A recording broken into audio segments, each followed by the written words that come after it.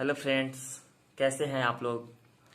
फिर से स्वागत है आप लोग का अपने YouTube channel Universal Higher Mathematics में। और मैं हूं आपका डीके मिश्रा। अब मैं डिस्कस करने जा रहा हूं 10th क्लास मैथ एनसीईआरटी का फर्स्ट चैप्टर रियल नंबर के 1.2 एक्सरसाइज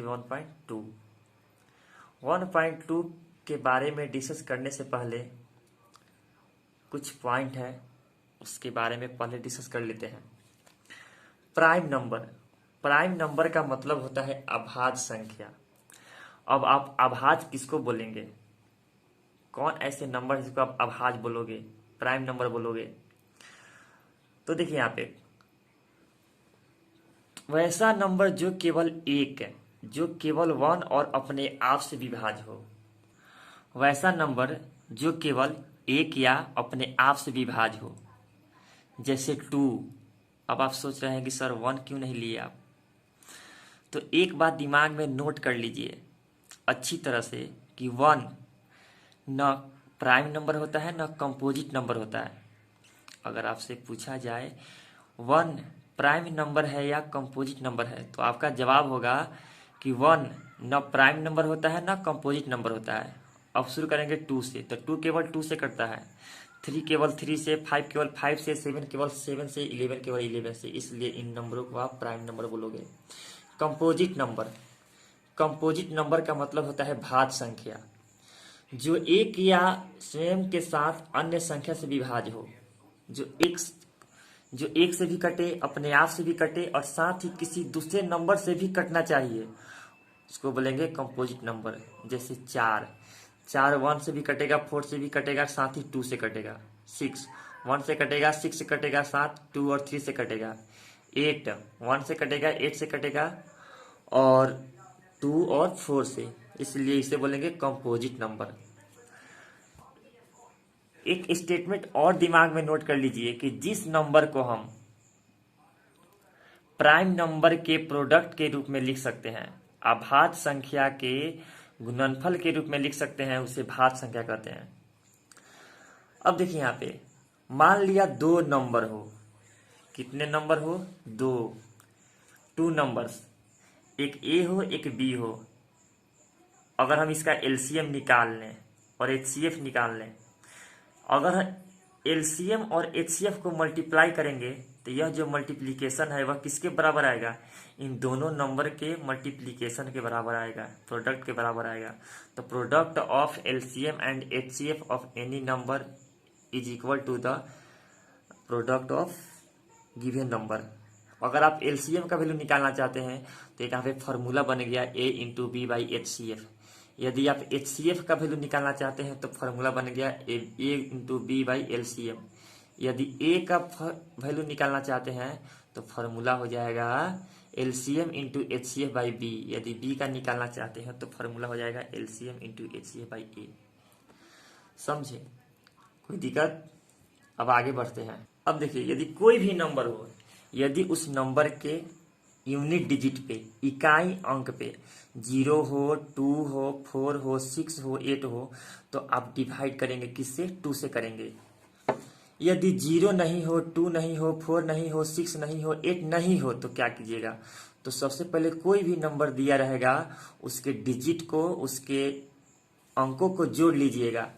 यदि जोड़ने के बाद वह 3 से कट गया तो वह नंबर भी 3 से कटेगा। जैसे 729 729, जो 9 है, यहाँ भी देखिए 0 नहीं है, 2 भी नहीं है, 4 भी नहीं है, 6 भी नहीं है, 8 नहीं है। इस कंडीशन में हम क्या करेंगे? तो सबसे पहले इसके डिजिट को जोड़ेंगे। तो 7 को, 2 को, 9 को हम ऐड कर दिए, प्लस कर दिए, तो 18 चला आया। 18 में डिवाइड करेंगे 3 से तो 6 चला आएगा।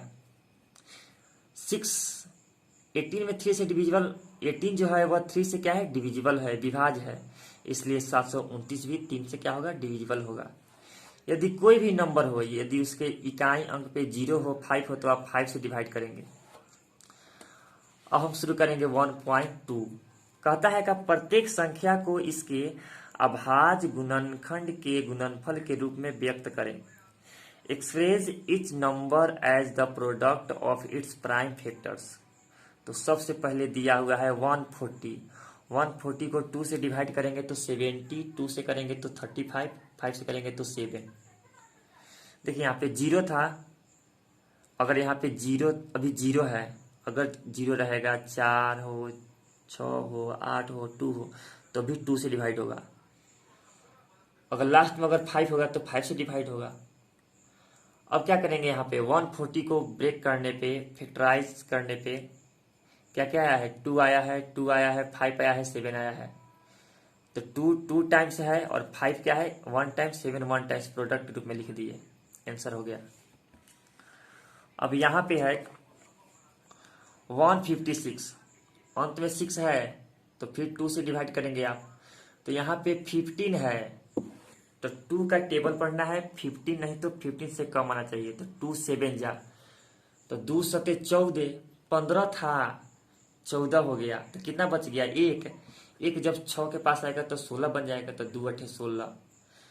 फिर अंत में 8 है, जब 8 है तो फिर 2 से डिवाइड करेंगे, तो 2 तिहाई 6, मतलब 7 था तो 6 हो गया तो 1 बच गया। एक जब 9 के 8 के पास आएगा तो 18 हो गया, तो 2 9 18, फिर 3 से 13, 13 1 13, तो 156 को लिख सकते हैं 2 गुने 2 गुने 3 गुने 13 गुने 1, तो 2 2 बार है, 3 1 बार, 13 1 बार। उसी तरह यहाँ पे है 38 25, 3825 है।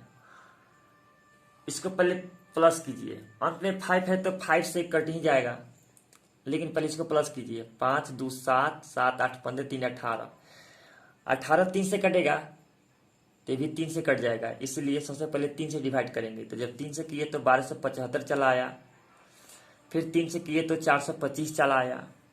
अब जोड़ेंगे तो 5 2 7 4 11, 3 से नहीं कटेगा तो 5 से कटेगा, तो 5 8 40, 5 5 25, 5 से 17 हो गया। तो 3825 के बदले लिख सकते हैं 3 गुने 3 गुने 5 गुने 5 गुने 17, तो 3 2 बार है, 5 भी 2 बार है, 17 1 बार है, 5 के रूप में लिख दिए। उसी तरह यहाँ पे है 5005 है, तो इसको तोड़े तो 1001 चला आया, फिर ये 7 से कटेगा। आपको पता है कि 7 से कटने का नियम क्या होता है, कोई भी नंबर हो, जैसे यहाँ पे 1001 है, इसके इकाई वाला को दुगुना कीजिए, तो 1 का दुगुना 2 हो जाएगा, तो 100 में से 2 गया 98। इकाई वाला को दुगुना करना है, जो नंबर बच जाएगा उसमें से घटा देना है।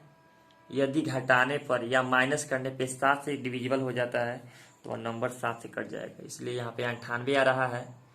1 का दुगुना 2 हो जाएगा, 100 में से 2 गया तो 98 चला आएगा, और 98 कट जाएगा 7 से, इसलिए भी इसको 7 से डिवाइड किए तो 143 चला आया, यह सीधे 11 से कटेगा। अब 5005 के बदले लिख सकते हैं 5 गुने 7 गुने 11 गुने 13।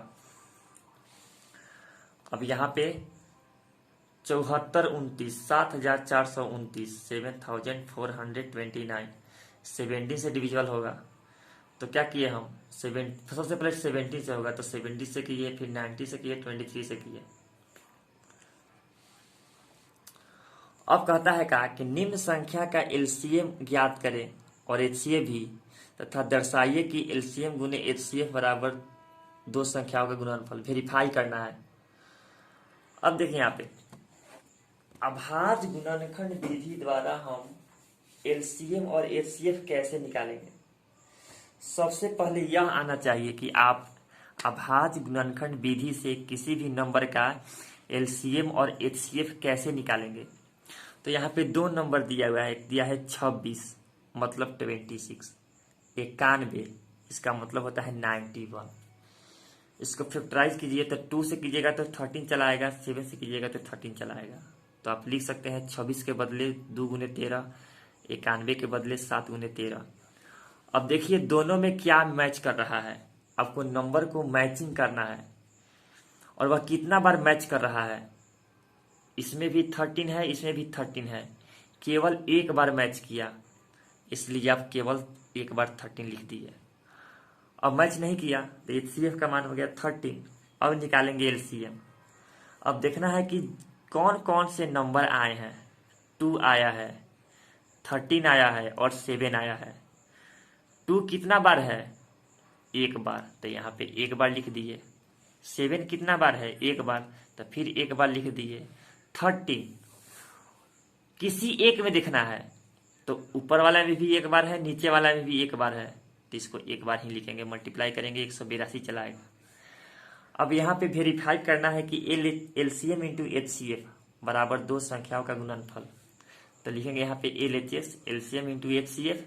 एलसीएम का वैल्यू पुट कर दिए, एचसीएफ का वैल्यू पुट कर दिए, दोनों को मल्टीप्लाई कर दिए, इतना चला आया। और फिर अब सॉल्व करेंगे राइट वाला।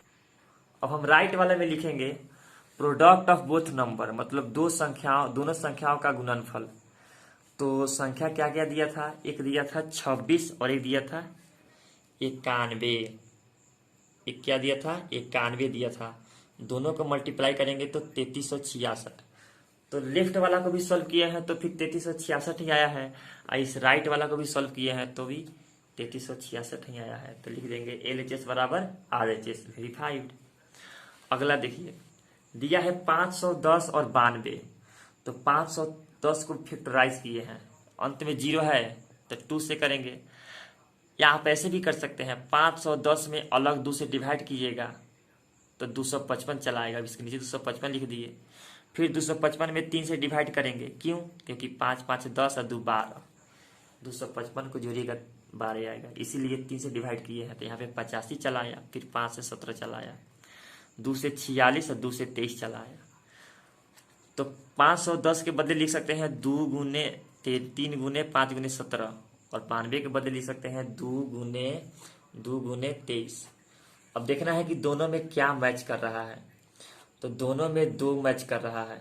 दोनों में क्या मैच कर रहा है, 2, इसमें भी 2, इसमें भी 2, 1 टाइम्स, तो केवल 1 टाइम्स लिख दिए। EHCF का वैल्यू हो गया, किसका वैल्यू हो गया, HCF का। अब हम फाइंड करेंगे LCM। तो देखना है कि सबसे पहले कौन कौन से नंबर आए हैं, तो 2 आया है, 3 आया है, 5 आया है, 17 आया है, 23 आया है। अब देखना है कि किसी एक में सबसे अधिक कितना बार है, तो पहले वाला में 2 1 टाइम्स है, दूसरे वाला में 2 2 टाइम्स है, इसलिए यहाँ पे 2 टाइम्स लेंगे, जो ज्यादा वाला होगा। 3 1 टाइम्स है, 5 भी 1 टाइम्स है, 17 भी 1 टाइम्स, 23 भी 1 टाइम्स, दोनों सबको मल्टीप्लाई कीजिए तो 23,460 चला आया। अब आप क्या करेंगे, वेरीफाई न करना है आपको, तो लिखेंगे यहाँ पे LHS, LCM इंटू HCF, दोनों का वैल्यू पुट करके मल्टीप्लाई कर दिए। दोनों का वैल्यू वेरीफाई करना है ना आपको, तो लिखेंगे आप LCM इंटू HCF, दोनों का वैल्यू पुट कर लीजिए और इसको मल्टीप्लाई कर लीजिए। अब लिखेंगे आप RHS, the product of 2 number, Bihar board वाले लिख लीजिएगा, दोनों संख्याओं का गुणनफल। तो यह 510 गुने 92 मल्टीप्लाई किए तो उतना ही चला आया, तो लिख देंगे यहाँ पे LHS बराबर RHS, वेरीफाइड। अब 3 नंबर क्वेश्चन सॉल्व कर लीजिएगा, अब हर एक क्वेश्चन सॉल्व करना पड़ेगा, आप भी ट्राई कीजिए। अब देखिए यहाँ पे find the LCM and HCF of the following, ये 3rd नंबर क्वेश्चन है। कहता है कि find the LCM and HCF of the following integers by applying prime factorisation method. जो पूर्णांक दिया हुआ है ना, इसका आपको LCM निकालना है और HCF भी निकालना है। कैसे, तो अभाज्य गुणनखंड विधि के द्वारा। तो 12 है, 15 है, 21 है, इसको फैक्टराइज पहले कर लेते हैं। तो 2 से 6 और 2 से 3, 5 जा हो गया, 3 7 जा हो गया। अब 12 के बदले लिख सकते हैं 2 इंटू 2 इंटू 3, 15 के बदले 3 इंटू 5, 21 के बदले 3 इंटू 7। अब देखना है कि तीनों में क्या मैच कर रहा है और कितना टाइम्स मैच कर रहा है। तो 3 भी 3 3 3, तीनों में 3 मैच किया है, वो भी 1 टाइम्स, तो HCF का मान 3 हो गया। अब LCM, सबसे पहले देखना है कि इसमें कौन कौन से नंबर आए हैं। 2 आया है, 3 आया है, 5 आया है, 7 आया है। अब देखना है किसी एक में कि कौन कितना ज्यादा है और कितना बार है। तो 2 इसमें है 2 बार, तो यहाँ पे 2 बार लिख दिए। 3 इसमें भी 1 बार, इसमें भी 1 बार, इसमें भी 1 बार, तो 1 ही बार लिखेंगे। 5 भी 1 बार, 7 भी 1 बार, सबको मल्टीप्लाई कर दिए, 420 चला आया। इस तरीके से अभाज्य गुणनखंड विधि द्वारा LCM भी निकल गया और HCF भी निकल गया। एक 2 नंबर क्वेश्चन इसी तरह है, 3 नंबर क्वेश्चन देखिए यहाँ पे 2 और 3 नंबर एक ही जैसा है, इसलिए 3 नंबर बता दे रहे हैं। 8 9 25 है, तो 8 को तोड़ेंगे तो 2 इंटू 2 इंटू 2 होगा, 9 को 3 इंटू 3 होगा, 5 को 5 इंटू 25 को 5 इंटू 5 होगा। अब देखिए यहाँ पे तीनों में कुछ नहीं मिल रहा है तो 1 मिल रहा है, तो CF का मान 1 हो गया। LCM के लिए क्या करेंगे, सबको मल्टीप्लाई कर दीजिए। अब फ्रेंड देखिए 1.1 का 1 नंबर डिस्कस किए हम लोग, 2 नंबर डिस्कस किए, 3 नंबर डिस्कस किए और 4 नंबर दिया है का HCF ऑफ इतना एंड इतना इजकल टू 9। इसका मतलब हुआ 2 नंबर दिया हुआ है 306 और 657। इसके HCF का वैल्यू 9 है, आपको निकालना है LCM। तो A का वैल्यू इतना मान लीजिए, B का वैल्यू इतना मान लीजिए, HCF का वैल्यू देवे किया है। LCM का फॉर्मूला अभी तो पीछे बताए हैं, A into B by LCM। A का वैल्यू 306 हो गया, B का वैल्यू 657 हो गया, LCM का वैल्यू 9 हो गया। डिवाइड कीजिएगा तो 34 चलाएगा, ये 9 3 का 27 और 9 4 का 36। अब क्या कीजिएगा, इसको मल्टीप्लाई कीजिएगा, इतना चलाएगा, बन गया।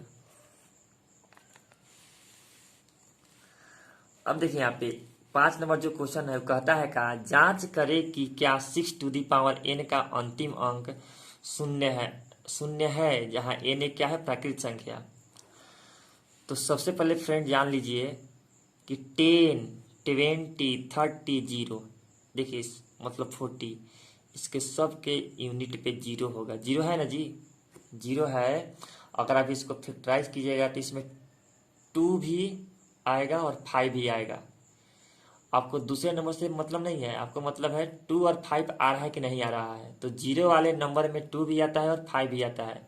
यदि 2 है 5 नहीं है, यदि 5 है 2 नहीं है, तो समझिए कि यह 0 वाला नंबर नहीं आ सकता है, वही पूछ रहा है। तो हमको प्रूव करना है 6 टू दी पावर n को, तो इसको मानेंगे a equal to 6 to the power n। तो 6 टू दी पावर को जब तोड़ेंगे तो 2 इंटू 3 चलाएगा। अब लिखेंगे यहाँ पे, बिहार बोर्ड वाला लोग लिखेगा कि 6 टू दी पावर n को के अभाज्य गुणनफल में 5 नहीं है। और CBSE वाले भैया लोग लिखेगा इट कैन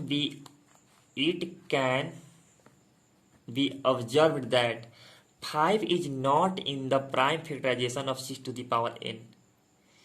इसलिए 6 टू दी पावर n 5 से विभाज्य नहीं हो सकता है। 6 to the power n not divisible by 5। Therefore 6 to the power n cannot end with digit 0 for any natural number n। इसलिए 6 के पावर n 0 पे समाप्त नहीं हो सकता है। अब देखिए 6 नंबर क्वेश्चन, आपको बताना है, दिया हुआ है 7 गुने 11 गुने 13 प्लस 13, फिर 7 गुने 6 गुने 5 गुने 4 गुने 3 गुने 2 गुने 1 प्लस 5। दोनों को प्रूफ कर देना है कि भाज्य संख्या है कि नहीं है। तो सबसे पहले आप जो एक्सप्रेशन आपको दिया हुआ है उसको आप क्या कर लीजिए, इसको आपको मानना पड़ेगा। तो सबसे पहले a बराबर इतना मान लिए, दोनों में से आप 13 कॉमन ले सकते हैं। जब 13 ले लिए, देखिए यहाँ पे इस एक्सप्रेशन का 2 पार्ट है, एक प्लस के लेफ्ट वाला पार्ट, एक प्लस के राइट वाला पार्ट। दोनों में 13 है तो 13 कॉमन ले सकते हैं आप। तो यहाँ पे बच गया 11, 7 गुने 11 और 13 था और आप 13 कॉमन ले लिए तो कुछ नहीं बच गया, तो 1 बच गया। अब 11 सत्तर 77 एक 78 78, इसको फैक्टराइज कीजिएगा तो 2 इंटू 3 इंटू 13 आएगा। अब आप लिखेंगे A can be expressed as product of prime factor. Bihar board वाले भैया लोग लिखेगा ए को अभाज्य गुणनखंड के गुणनफल के रूप में लिखा जा सकता है, अभाज्य संख्या के गुणनफल के रूप में लिखा जा सकता है। बिहार बोर्ड वाले भैया लोग लिखेगा कि ए को अभाज्य संख्या के गुणनफल के रूप में लिखा जा सकता है। अब अगला मानेंगे B, again B equal to इतना मान लीजिए, दोनों में 5 है तो 5 कॉमन ले लिए।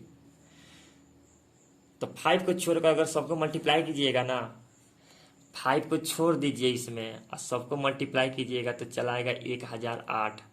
5 था और 5 कॉमन ले लिए तो 1 बच गया, तो 1008 और 1 1009 मतलब 1009 हो गया। तो लिखेंगे यहाँ पे B can be expressed product of prime factor. और बिहार बोर्ड वाले भैया लोग लिखेगा कि बी को अभाज्य संख्या के गुणनफल के रूप में व्यक्त किया जा सकता है, इसलिए दोनों क्या है, कंपोजिट नंबर है। ये दोनों क्या है, कंपोजिट नंबर है। Thank you. अब एक कंसेप्ट और समझ लीजिए। एक क्वेश्चन इस तरह से रहेगा कि मान लिया 3 लड़का है, वह एक ही जगह से एक 5 मिनट पहले चला गया, मतलब तीनों दौड़ रहा है। एक 5 मिनट पहले, फिर एक 10 मिनट बाद और तीसरा 15 मिनट बाद दौड़ रहा है। तीनों बच्चे एक साथ खड़े हैं। एक 5 मिनट पहले दौड़ गया, दूसरा 10 मिनट बाद में दौड़ा और तीसरा 15 मिनट बाद में। कितने समय के बाद तीनों एक ही पॉइंट या एक ही जगह मिलेगा?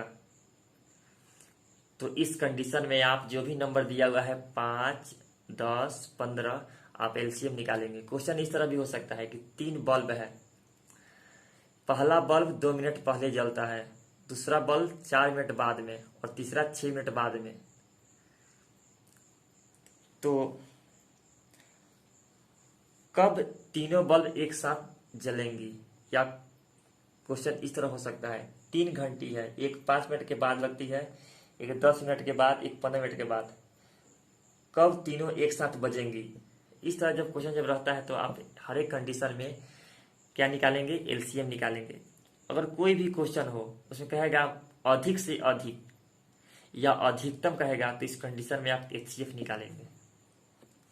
तो दोस्तों, अगर कंसेप्ट अगर क्लियर हुआ हो तो कमेंट बॉक्स में अपने अनुभव को लिखकर भेजें। Thank you very much.